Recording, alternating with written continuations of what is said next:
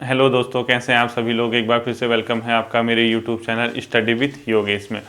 आज का आपका जो सेशन है वो एंशिएंट हिस्ट्री से रहने वाला है। इस सेशन को शुरू करने से पहले मैं आप लोगों को आने वाले संडे का क्विज टॉपिक देता हूं। आप सभी लोग उसको नोट कर लीजिए। आपको लुसेंट से जो लुसेंट का एंशिएंट हिस्ट्री यानी प्राचीन भारत का पोर्शन है, यानी गुप्त काल के बाद उत्तर गुप्त काल तक वो कंप्लीट करना है। ठीक है, यानी गुप्त पीरियड था, उसके बाद उत्तर गुप्त काल आया, वहां तक आप लोगों को कंप्लीट करना है। ठीक, और परीक्षा वाणी में तीसरी बार आपको वही वन लाइनर पढ़ने हैं जो स्टार्टिंग में दिए, क्योंकि मुझे पता है कि उसमें कितना दिया हुआ है। ठीक है, तो संडे को आप 7 बजे फिर से आप मेरे साथ लाइव में जुड़ेंगे। देखिए, आज का जो कल का जो सेशन है दर्शन वाला, वो बहुत अच्छे से तैयार कर लेना। भले ही वो सिलेबस में नहीं दिया है, लेकिन वो वैदिक पीरियड के आसपास ही वहीं से क्वेश्चन करता है, और हमेशा आप पुराने पेपर उठा के देख लेना, वो दर्शन से क्वेश्चन आपको मिलेगा। ठीक, और आज का सेशन महाजनपद काल है, ये भी आपके सिलेबस में नहीं दिया है, लेकिन जो महाकाव्य काल है उसी दौरान महाजनपद भी बड़े बड़े हो रहे थे, तो यहाँ से भी वो क्वेश्चन पूछता है। ठीक, सबसे पहले आप लोगों को क्या करना है, एक रफली डायग्राम बना दीजिए इंडिया के मैप का।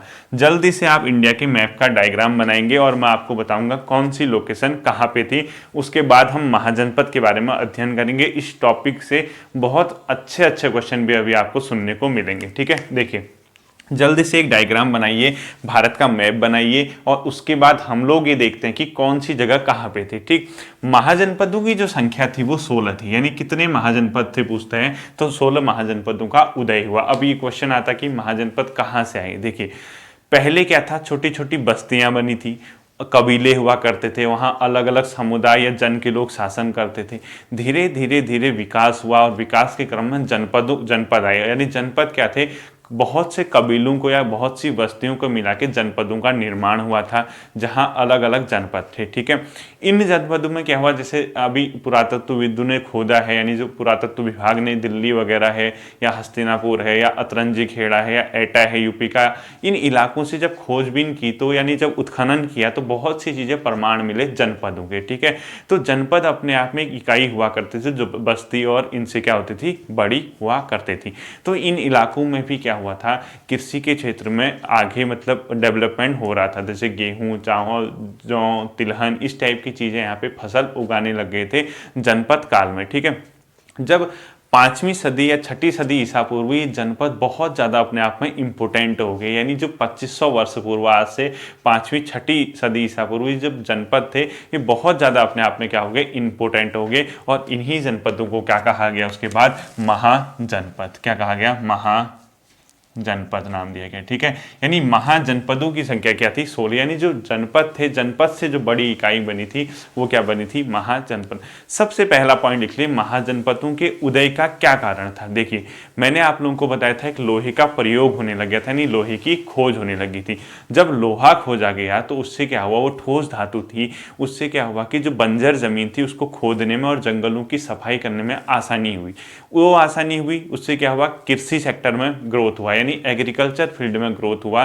जो किसान वर्ग था, जो कृषक वर्ग था, उसने क्या किया, अधिक उत्पादन करना शुरू किया। जब अनाज के रूप में अधिक उत्पादन हुआ तो उससे क्या फायदा हुआ, जो राजा महाराजा हुआ करते थे वो अपनी प्रॉपर सैनिक रखने लग गए थे। यानी प्रॉपर सैनिक का क्या मतलब होता है कि जब अनाज एक्सेस अमाउंट में होगा तो सैनिकों को खिलाने के लिए होगा, तो ईजिली आप सैनिक को रख सकते हैं। ठीक है, तो सैनिकों को रखा गया, एक्सेस अमाउंट में अनाज हुआ। साथ ही साथ क्या हुआ, लोहे की खोज से कृषकों या किसानों ने अधिक क्षेत्र में अपना कृषि सेक्टर को विस्तारित करने का प्रयास किया है। ठीक है, तो ज़्यादा क्षेत्र में फैलने की कोशिश की, तो जनपद अलग अलग जगहों की खोज हुई, तो उसी से जनपद से क्या बना, महाजनपद। इन्हीं महाजनपदों में 16 महाजनपदों के बारे में हमें पता होना चाहिए। सबसे पहले मैप बनाइए और उसमें सबसे पहले देखिए अंग।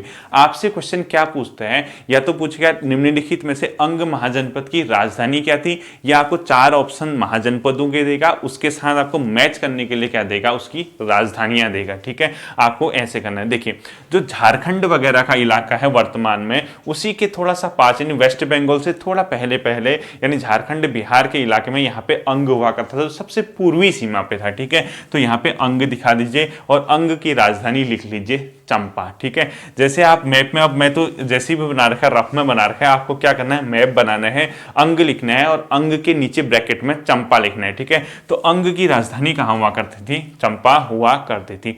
दूसरा आप लिख लीजिए अंग से जस्ट नीचे यहाँ पे मगध। ठीक है, सबसे पहले आपने अंग लिखा होगा, अंग की राजधानी चंपा, इसको मिटा दिया। ठीक, अंग के थोड़ा सा नीचे आप क्या लिखेंगे, मगध लिखेंगे, और ये मगध की राजधानी थी वो थी राजगृह। ठीक है, क्या थी, राजगृह, यहाँ पे मैंने आप लोगों के लिए लिखा है। ठीक है, तो अंग की चंपा थी, तो मगध की राजधानी कहाँ हुआ करती थी, राजगृह, और बाद में इसको पाटलिपुत्र भी, यानी राजगृह जो मगध की राजधानी थी, आगे जाके पाटलिपुत्र जो वर्तमान पटना है इसकी राजधानी बनी। ठीक है, दूसरा आप लोगों ने महाजनपद लिख दिया होगा क्या, मगध। तीसरा लिख लीजिए आप लोग काशी। काशी वर्तमान यूपी, यानी जो आप बनारस वगैरह काशी सुनते हैं, ये काशी भी एक महाजनपद हुआ करता था, जिसकी राजधानी कहाँ थी, अपने आप में वाराणसी थी। कहाँ थी, वाराणसी। तो मैप में यहाँ पे को आप क्या दिखाएंगे, काशी दिखाएंगे, और इसकी राजधानी क्या थी, वाराणसी थी। ठीक, अगला देख लीजिए वज्जी संघ। वज्जी कहाँ था, जो नेपाल का इलाका, यानी भारत बिहार से ऊपर नेपाल के बाउंड्री के इलाके में, इस वाले रीजन में का जो क्षेत्र था, ये वज्जी महाजनपद के अंदर आता था। और वज्जी महाजनपद की जो राजधानी थी वो थी वैशाली, विदेह या मिथिला, जो भी कहता है, या तो वैशाली कहेगा या विदेह कहेगा या मिथिला कहेगा। ठीक है, यहां देख लीजिए वैशाली, विदेह या मिथिला, ये किसकी राजधानी हुआ करती थी, वज्जी महाजनपद की। ठीक, वज्जी महाजनपद के बाद अगले जो आपको मिलेगा वो मिलेगा मल्ल। मल्ल कहाँ पे है, यहाँ पे देख लीजिए, मल्ल की राजधानी हुआ करती थी कुशावती। क्या लिखोगे आप, कुशावती, यहाँ पे को मल्ल है, और इस मल्ल की राजधानी इधर लिखा है मैंने, वो है कुशावती। ठीक है, मल्ल की राजधानी कहाँ थी, कुशावती थी, ये भी आप लोगों को आना चाहिए, ये भी एक महाजनपद था। कुशावती के जस्ट ऊपर पे देख लीजिए आप, आपको दिखेगा कौशल। कौशल बहुत बार पेपर में पूछता है कि इस कौशल की राजधानी कहाँ थी। ठीक है, तो कौशल जैसे ही आपने मैप में देखा, उस कौशल के साथ क्या लिखेंगे आप, श्रावस्ती। ठीक है, क्या लिखेंगे, श्रावस्ती, श्रावस्ती। ठीक है, तो कौशल की राजधानी अगर आपसे कभी पूछता है, आप लोग क्या कहेंगे, कौशल की राजधानी श्रावस्ती थी। ठीक है, श्रावस्ती जिसको कहते हैं।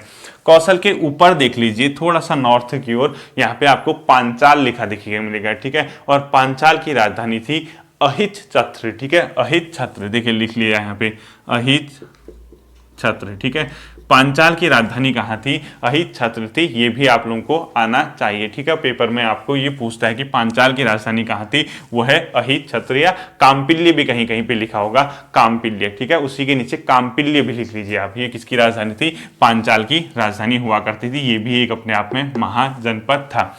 पांचाल से जस्ट ऊपर की ओर देखेंगे तो आपको कुरु लिखा मिलेगा। कुरु वर्तमान दिल्ली और हरियाणा का जो रीजन था उस इलाके में पड़ता था, और इस कुरु की राजधानी हुआ करती थी अपने आप में इंद्रप्रस्थ। ठीक है, बहुत पूछते हैं कुरु महाजनपद की राजधानी कहाँ थी, तो आप लोगों को कहाँ बताना है, इंद्रप्रस्थ, ये भी आप लोगों को आना चाहिए। ठीक, जब कुरु आपका कंप्लीट हो गया, उसके नीचे अगर आप आएंगे थोड़ा सा, उसके नीचे आपको सूरसेन लिखा दिखेगा। यहाँ पे देखिए, ये जो सूरसेन है, इस सूरसेन की राजधानी थी मथुरा, यानी वर्तमान यूपी का जो इलाका था वहीं पे क्या महाजनपद हुआ करता था, सूरसेन, जिसकी राजधानी क्या थी, मथुरा थी, ये भी मैंने यहाँ पे लिखा हुआ है। ठीक, मथुरा के नीचे अगर आप आएंगे तो आपको मत्स्य प्रदेश मिलेगा, जिसकी राजधानी विराटनगर थी। मत्स्य की राजधानी पूछता है आपको तो क्या मिलेगा, विराटनगर। ठीक है, देखिए मत्स्य की राजधानी पूछता है तो कहाँ बताओगे आप लोग, विराटनगर। उससे नीचे जब मत्स्य पहुंच चुके हैं, उससे और नीचे की ओर आएंगे, यानी राजस्थान और गुजरात का जो इलाका था, यानी जो एमपी की बाउंड्री से,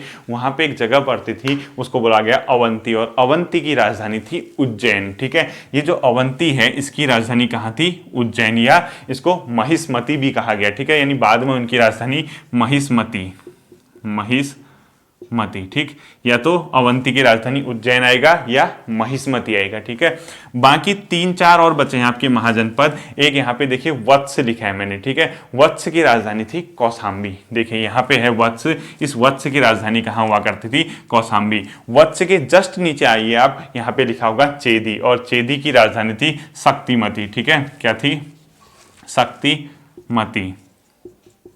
ये किसकी राजधानी थी, चेदी की। और उसके जस्ट नीचे आएंगे, वहां पे लिखा होगा आपका असमक, क्या, असमक। ठीक है, जो कि दक्षिण भारत का एकमात्र महाजनपद था। अगर आपसे ये पूछता है दक्षिण भारत यानी साउथ इंडिया का एकमात्र महाजनपद कौन सा था, आप क्या बताएंगे, असमक था, और इसकी राजधानी थी पोटली या पोतल। ठीक है, क्या थी इसकी राजधानी, पोटली या पोतल, ये भी आप लोगों को पता होना चाहिए। गोदावरी जो नदी बहती है भारत में, जो वेस्ट बंगाल यानी बंगाल की खाड़ी में गिरती है, तो आपको क्या बताओगे, असम की राजधानी कहाँ थी, पोटली या आपका पोतल। ये तो आपके क्या थे, इंडिया के। अब भारत के जो वर्तमान भारत है, इससे बाहर के क्षेत्र में भी एक गांधार हुआ करता था, जिसकी राजधानी क्या थी, तक्षशिला थी। ठीक है, गांधार महाजनपद की राजधानी पूछता है आपसे, तो आप क्या बताओगे, तक्षशिला। और लास्ट जो था वो था कंबोज, और कंबोज की राजधानी कहाँ हुआ करती थी, हाटक नामक जगह पे। कहाँ हुआ करती थी, हाटक नाम के जगह पे हुआ करती थी। ये तो क्या था, महाजनपदों की लोकेशन और उसकी राजधानी। उम्मीद है आप लोगों ने इसको ऐसे ही डायग्राम में समझाया होगा। अब देखिए, इससे संबंधित मैं आपको चीजें पढ़ाता हूं, वो क्या है।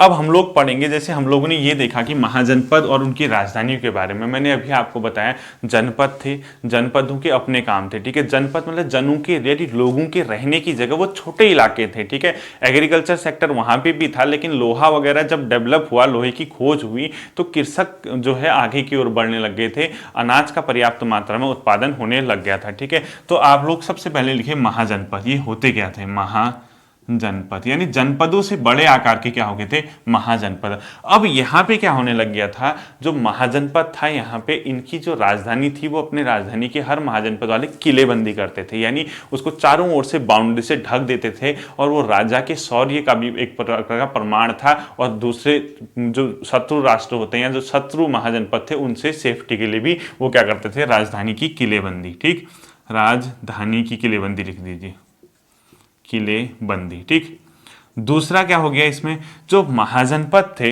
वो धीरे धीरे क्या करने लग गए थे, सेना को रखने लगे थे, यानी और सेना को वो वेतन भी देने लग गए थे। यानी जो सेना थी महाजनपदों के पास, सेना को क्या दिया जाने लग गया था, वेतन दिया जाने लगा था। ठीक है, सेना को क्या मिलता था, वेतन। अब आपसे पूछते हैं कि जो महाजनपद काल में थे, वो सेना जो थी उसको वेतन किसके रूप में दिया जाता था।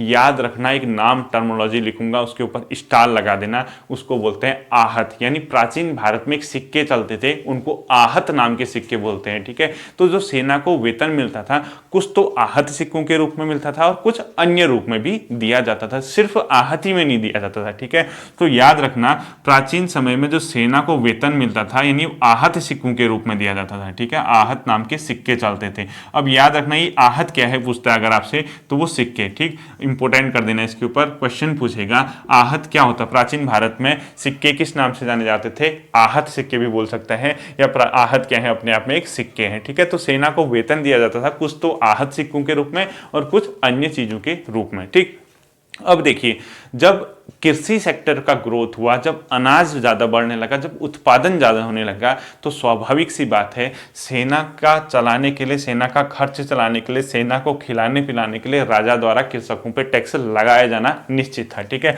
तो राजा टैक्स लगाता तो कृषकों पे उसने क्या लगाया, एक प्रकार का कर लगाया, उसका नाम लिख लीजिए और सुपर इंपोर्टेंट कर दीजिए, 3-4 स्टार जितने हो सकते हैं लगा दीजिए। ठीक है, अब देखिए क्या पूछेगा, जो कृषक थे उन पे क्या करता था, राजा टैक्स लगाना शुरू कर देता था, और उस टैक्स का नाम था भाग। ठीक है, अगर पूछता है प्राचीन भारत में भाग क्या होता था, तो भाग एक क्या होता था, कर होता था, याद रखना। ठीक, अगर आपसे पूछता है प्राचीन भारत में कृषकों पे लगने वाला कर क्या था, भाग, या पूछेगा भाग क्या हुआ करता था, एक कर, या पूछेगा जो प्राचीन भारत में भाग नामक कर था वो कितना लगता था। सीधे सीधे होशियार बच्चों की तरह बताना, बहुत इंटेलिजेंट बच्चों की तरह बताना, उपज का 1/6, यानी जो टोटल उत्पादन होगा, यानी अगर 100 यूनिट किसी चीज का प्रोडक्शन हुआ है तो इसको 1/6 अगर आप करेंगे तो इसका आंसर निकल जाएगा। ठीक है, यानी टोटल उत्पादन का छठा हिस्सा जो होगा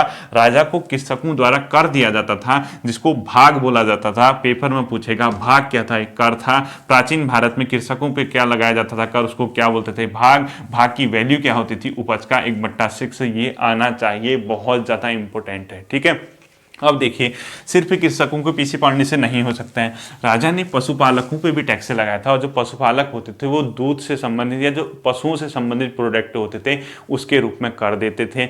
जो व्यापारी होते थे वो लेन देन पे जो टैक्स होता था वो देते थे, और जो आपके जंगल वगैरह में घूमते थे, यानी कोई भी ऐसे जो आखेटक होते हैं और जो संग्राहक होते हैं वो जो कर देते थे, वो जंगल से लाई गई वस्तुओं पर उनको कर देना होता था। ठीक है, यानी कहीं ना कहीं पशुपालक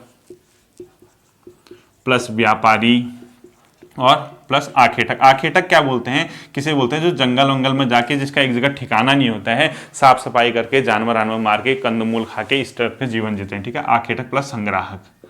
इन पे जो कर लगता था, आखेटक संग्राहक एक ही चीज है। ठीक है, इन पे जो कर लगता था सब पे, ये किस पे, ये पशुओं से प्रोडक्ट, पशुओं का जो प्रोडक्ट होता था यानी पशु उत्पाद पे लगता था, व्यापारी पे व्यापार लेन देन, आखेटक और संग्राहक पे जंगल से लाई गई वस्तुओं पे। ठीक है, अब देखिए सभी महाजनपदों में एक महाजनपद था जो बहुत ज्यादा क्या हुआ था, इंपोर्टेंट हुआ था, और कारीगरों पे भी कर लगता था, याद रखना। ठीक है, जो कारीगर होते थे वो श्रम के रूप में कर देते थे, यानी उनको राजा के लिए महीने में एक न एक दिन मुफ्त में काम करना होता था। कारीगर जो कर देते थे श्रम के रूप में लिख लीजिए, कारीगर डैश श्रम के रूप में कर। ठीक है, अब महाजनपदों में जो सबसे इंपोर्टेंट हुआ, मोस्ट इंपोर्टेंट हुआ, वो हुआ मगध, जिसकी राजधानी अभी अभी मैंने आपको बताई राजगृह पहले थी, उसके बाद पाटलिपुत्र। ठीक, मगध जो था वो गंगा और सोन नदियों के पास बसा था, गंगा प्लस सोन नदी के पास के क्षेत्र में।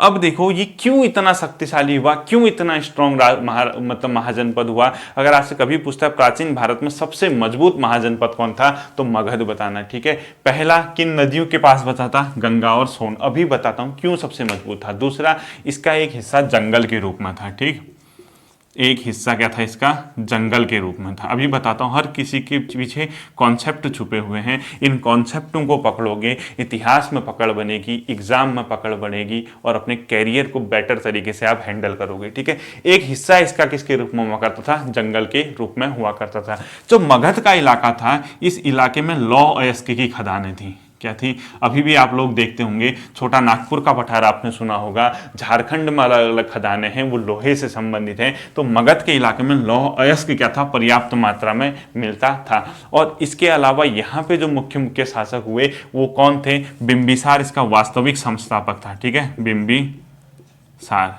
इसके अलावा यहाँ पे कौन कौन हुए बिंबिसार के अलावा, अजातशत्रु हुआ, महापद्म नंद हुए, और शिशुनाग वगैरह। अब जैसे आप लोग, मैं ये मान के चल रहा हूँ कि आप लोगों ने लूसेंट पढ़ी हुई है, उसी के आधार से मैं आपको ये पढ़ा रहा हूँ। ठीक है, लूसेंट में जितने हैं, शिशुनाग का संस्थापक, महापद्म नंद किसका संस्थापक था, नंदवंश का कौन था, ये जिम्मेदारी आपकी है। ठीक है, बिंबिसार, अजातशत्रु, महापद्म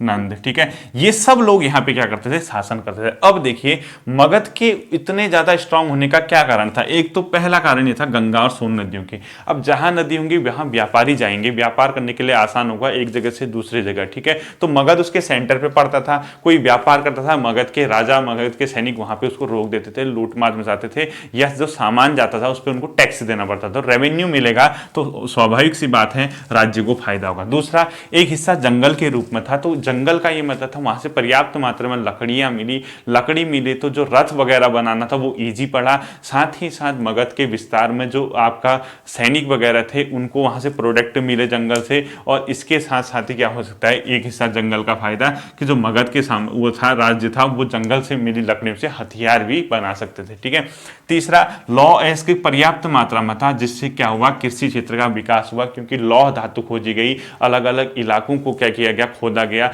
कृषि क्षेत्र में आगे बढ़ा। ठीक है, और यहां शासक ये थे। अब देखिए क्वेश्चन क्या पूछता है, मगध पे शासन करने वाले अलग अलग वंशों को पूछता है। इससे पहले इसकी राजधानी लिख लीजिए, राजगृह। मगध की राजधानी राजगृह, जो बाद में क्या बनी, पाटलिपुत्र भी बनी। ठीक है, और पाटलिपुत्र वर्तमान क्या है, पटना, बिहार। ठीक है, ये आपको। अब यहाँ पे शासन करने वाले कुछ वंशों के नाम लिख लीजिए। सबसे पहले यहाँ पे आप लिख लीजिए हर्यक वंश। हर्यक वंश के बाद यहाँ पे शासन किया था शिशुनाग वंश ने, शिशुनाग। ठीक है, उसके बाद क्या था, नंद वंश। उसके बाद आए यहाँ मौर्य, जो कि अगला मेरा टॉपिक होगा, ठीक है। यानी हर्यक वंश, शिशुनाग वंश, नंद वंश और मौर्य वंश के बारे में जो भी आपको लूसेंट में दिया है आपको पढ़ना है, ये इसका क्रम है, ठीक है। ये भी आपको याद रखना है, मगध पे शासन करने वाले शासकों का क्रम। युद्ध में सबसे पहले हाथियों का प्रयोग इसी साम्राज्य ने किया था। यानी अगर किस महाजनपद द्वारा युद्ध में सबसे पहले हाथियों का प्रयोग किया गया पूछता है, आपको आंसर बताना है, मगध के द्वारा सबसे पहले हाथियों का प्रयोग किया गया था। इससे आगे अब देखिए कि अगली चीज, इस दौर में आप जब ये महाजनपद चल रहे थे, कुछ टर्मिनोलॉजी सुनेंगे आप लोग, गण या संघ, ठीक है।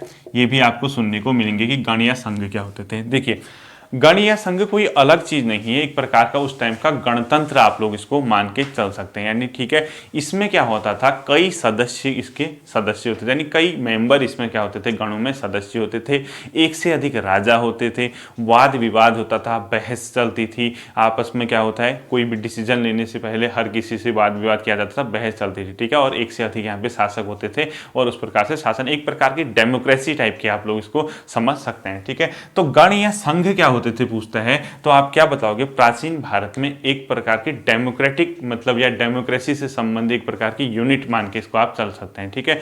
अब इसमें क्या है, कई सदस्य होते थे, मैंने आप लोगों को बता दिया, इसमें वाद होता था, विवाद होता था, किसी भी निर्णय से पहुंचने के लिए बहुत से क्या करते थे, स्टेप से गुजरते थे, अचानक नहीं लिया जाता था, ठीक है। और एक से अधिक यहाँ पे राजा हुआ करता था, ठीक। अब इस गण या संघ में से स्त्रियां और जो दास थे, यानी कौन कौन, स्त्रियां, वो इस संघ में भाग नहीं ले सकती थी, इस बहस में वो क्या करती थी, भाग नहीं ले सकती थी। याद रखना, एक तो कौन, स्त्रियां नहीं ले सकती थी, और दूसरा क्या करते थे, इसमें वंशानुगत राजा नहीं होता था। गणों में अब देखो, जैसे गणतंत्र हमारा देश है, राष्ट्र का प्रधान ऐसा तो है नहीं कि अभी जो है उसका बेटा बनेगा फिर उसका बेटा, तो वैसा ही यहाँ पे भी था। गणतंत्र में जो है राजा वंशानुगत नहीं होता था, राजा वंशानुगत नहीं होता था, ठीक है। और जो स्त्रियां हैं या जो दास हैं, इस गण या संघ में भाग नहीं ले सकती थी, ठीक। और कई यहाँ पे सदस्य और समूह होते थे, और किसी भी निर्णय में से पहुंचने से पहले अनेक स्तरों पे क्या होता था, वाद व विवाद होता था। इन्हीं में से कुछ गणों के नाम सुने होंगे, जैसे शाक्य, कौन थे यहाँ से कमेंट करके बता देना मुझे, ठीक है। शाक्य गण से संबंधित एक बहुत महत्वपूर्ण नाम आपने कमेंट करके बताना है। ऐसी एक गण हुआ करता था लिच्छवी। ये सब क्या है, गणों के एग्जाम्पल हैं, ठीक। अब देखिए, इन गणों को बहुत से लोग मतलब पराजित करना चाहते थे और अपने राज्य में मिलाना चाहते थे, लेकिन किसी को इससे सफलता नहीं मिली, और इन्होंने 1500 वर्ष तक आपस में शासन किया उस जगह पे। लेकिन फाइनली एक साम्राज्य हुआ जिसका नाम था गुप्त साम्राज्य, जिसने गणों को विजित करने के बाद स्वयं में क्या किया, मिला लिया। अगर आपसे पूछता है गणों को विजित करने वाला साम्राज्य, गणों को विजित, ठीक है, किसने किया पूछता है, गुप्त, ठीक है। गण या जो संघ था, इसको किन शासकों ने जीता पूछता है, तो गुप्त शासकों द्वारा इसको क्या किया गया, विजय प्राप्त की गई, ठीक है।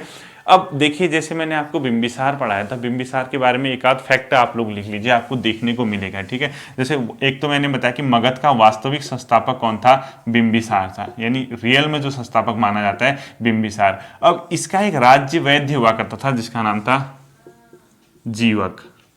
क्या था, जीवक, राजवैद्य था इसका, ठीक है। तो इस जीवक को इसने एक राजा के इलाज के लिए भेजा। जो क्वेश्चन बहुत बार पूछता है, वो कौन था, उस राजा का नाम, अवंती का राजा था, उसका नाम था चंड प्रद्योत। क्या था, चंड प्रद्योत। और ये कहाँ का था, अवंती, अवंती, ठीक है।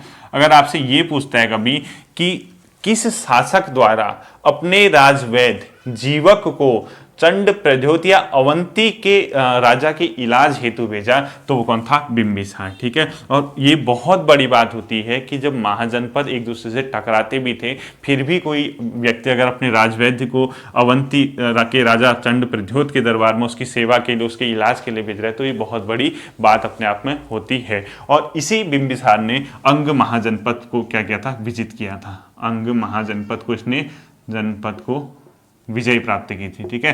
अंग महाजनपद को विजय किसने प्राप्त की पूछता है, बिंबिसार। अब देखिए, इसका एक पुत्र हुआ करता था, इतिहास में बहुत ज्यादा क्वेश्चन पूछता है, उसका नाम था अजातशत्रु। अब अजातशत्रु क्यों जाना जाता है, इससे क्वेश्चन क्या था, इसने राजगद्दी को प्राप्त करने के लिए अपने पिता की हत्या कर दी। यानी किस शासक द्वारा राजगद्दी प्राप्त करने हेतु अपने पिता की हत्या की और इसी चक्कर में अपने पुत्र के द्वारा मारा गया, अजातशत्रु। ठीक है, ये क्या क्वेश्चन बोला सुनो, यानी किस शासक द्वारा राजगद्दी प्राप्त करने हेतु अपने पिता की हत्या की गई और इसी के चक्कर में अपने पुत्र के द्वारा भी मारा गया। यानी पहले इसने अपने पिता को मारा, ठीक, क्यों, क्योंकि ये गद्दी पे बैठना चाहता था। इसका जो पुत्र हुआ उसने इसको मार दिया क्योंकि वो गद्दी पे बैठना चाहता था। तो इतिहास में इससे क्वेश्चन पूछते हैं, किस शासक द्वारा अपने पिता की हत्या कर दी गई गद्दी पे बैठने के लिए तथा उसके पुत्र ने स्वयं उसको मार गिराया, तो वो क्या था, उसका आंसर अजातशत्रु था। ठीक है, ये आपको आना चाहिए। और ये बार बार एक महाजनपद के पीछे पड़ा था जिसका नाम था वज्जी। यानी वज्जी को ये क्या करना चाहता था, विजित करना चाहता था, वज्जी से लगातार संघर्ष करता रहता था। तो इसने एक बार क्या किया, अपना एक इसका मंत्री था, उसका नाम था वस्सकार। ठीक है, वस्सकार, इसको इसने बुद्ध के पास भेजा इसी बारे में सलाह लेने के लिए कि कैसे इस वज्जी को हम क्या करें, विजित। अब क्वेश्चन क्या पूछेगा, अजातशत्रु द्वारा वस्सकार को किसके पास वज्जी संघ पे विजित पाने के लिए भेजा गया था, महात्मा बुद्ध, या अजातशत्रु द्वारा महात्मा बुद्ध के पास अपने किस महामंत्री को वज्जी के संदर्भ में भेजा गया था, उसका आंसर होगा वस्सकार। ठीक है, ये तो किसके बारे में था, अजातशत्रु। अब देखिए एक दो चीजें और हैं लास्ट के फैक्ट, एक लिख लीजिए, पटना में एक बहुत फेमस काम किया गया था, एक किला बनवाया गया था पटना। ठीक है, पटना में उस टाइम पे एक किला बनवाया गया था और उस किले का निर्माण किया गया था गंगा और सोन नदी के तट पे, गंगा प्लस सोन नदी के तट पे, और वो किसने किया था, उदयन। ठीक, और ये हर्यक वंश से संबंधित था, किससे था, हर्यक। यानी अगर आपसे पूछता है गंगा और सोन नदी के तट पे पटना में एक किले का निर्माण किसने किया, उदयन ने, हर्यक वंश का था। और लास्ट फैक्ट आज का लिख लीजिए, एकराट की उपाधि धारण किसने की थी, एकराट, और इसका आंसर है महापद्म नंद। ठीक है, यानी अगर आपसे पूछता है एकराट की उपाधि किसने धारण की, आप क्या बताओगे, महापद्म नंद, जो कि शिशुनाग वंश से संबंधित था और इसने अवंती को क्या किया था, मगध में मिलाया था। ये महापद्म नंद किस वंश से था, शिशुनाग। ठीक, और इस महापद्म ने जो अवंती राज्य था, कौन सा, अवंती, उसको कहाँ मिलाया था, मगध में मिलाया था। ठीक, ये तो आज का आपका सेशन था। इसमें बहुत इंपॉर्टेंट चीज़ें मैं आपको अभी बता रहा हूँ। राजधानियाँ मैच करनी पूछ सकता है आपसे महाजनपदों की, या आपसे भाग नामक कर पूछ सकता है, या आपसे अजातशत्रु का पूछ सकता है जिसने पिता और पुत्र वाले हत्या वाला जो केस बताया मैंने। इन चीज़ों को आप लोग ध्यान रखना। फिर मिलते हैं अगले सेशन में अशोक वाला जो चैप्टर है, यानी मौर्य के साथ। तब तक के लिए टेक केयर, थैंक यू।